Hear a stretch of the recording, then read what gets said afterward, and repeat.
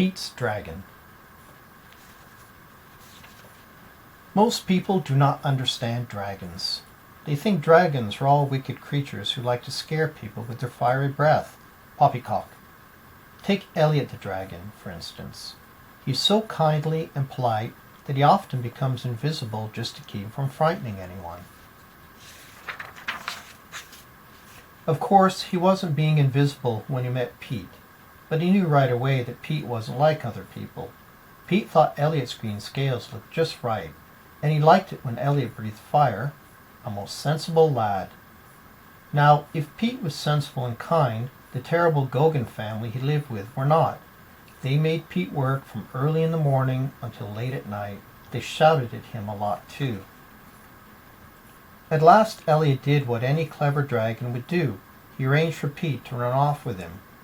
They ran and they ran until they came to the little seaside town of Passamaquoddy. Elliot became invisible since he didn't want to upset the townspeople. There on the beach near the town they found a fine cave. It was just the proper size for a large dragon and a small boy, so they moved right in. Of course it was a trifle damp. Elliot was about to warm it with a blast of his fiery breath when a young woman came hurrying along. She didn't see Elliot because he was invisible, but she did see Pete. "You look cold and hungry," she said to Pete. "My name is Nora. Come along with me to the lighthouse where I live." Pete went, since he certainly was cold and hungry. Elliot followed as quietly as a dragon can. When he peeked through the window he saw Lampy, Nora's father, tending the light that warmed the ships and kept them from running up on the reef. Elliot also saw Nora feeding Pete clam chowder. Then she tucked him into bed just as a mother would do. The next day Nora bought Pete some new clothes. He came and showed his new suit to Elliot, who thought he looked grand. His old clothes were so ragged that you could hardly call them clothes at all. The day after that Nora took Pete to school. Elliot thought this was a perfectly good idea, since only dragons are born knowing everything they need to know.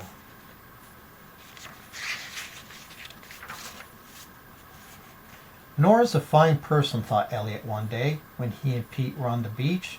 "She's exactly the sort of woman Pete should have for mother. But why does she look so sad?"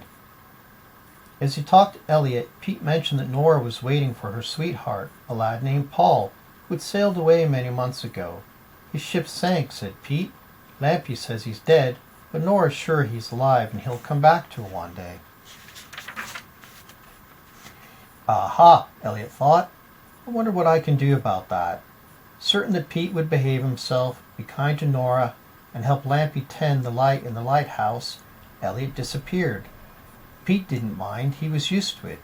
What he didn't know was that Elliot was gone, really gone, from the cave near the sea and the little town of Passamaquoddy. Elliot had to find Paul. Elliot did find Paul, and quite easily too, since dragons can do things that people wouldn't dream of. Paul was in a hospital far, far from Passamaquoddy. He'd had a nasty bump on the head when the ship went down, and he couldn't remember anything about Nora or Lampy or the lighthouse. Why, he couldn't even remember his own name. If a bump on the head did that to him, thought Elliot, no doubt another bump will set him right. He tipped over Paul's bed, and Paul came tumbling out, just as Elliot planned. He bumped his head exactly hard enough, but not too hard. "By golly," Paul cried, "now I remember. I'm Paul, and Nora's waiting for me. I must be very late." With that he got dressed and rushed out of the hospital, looking for a ship that would carry him back to Nora. Elliot was proud of himself. Off he flew to Passamaquoddy to tell Pete that Paul would soon be home. But when he arrived, a surprise awaited him. Pete wasn't at the lighthouse. He wasn't in the cave either. Where could he be, the dragon wondered. As Elliot raced along the beach, searching high and low, he seemed to hear Pete calling. Elliot followed his voice into town, and who should be there but the Goggens? They had put Pete into a sack and were hauling him away in a wagon. Well, Pete was Elliot's boy, and Elliot was Pete's own dragon, was Elliot going to stand for that? No, indeed. Elliot stopped worrying about upsetting people.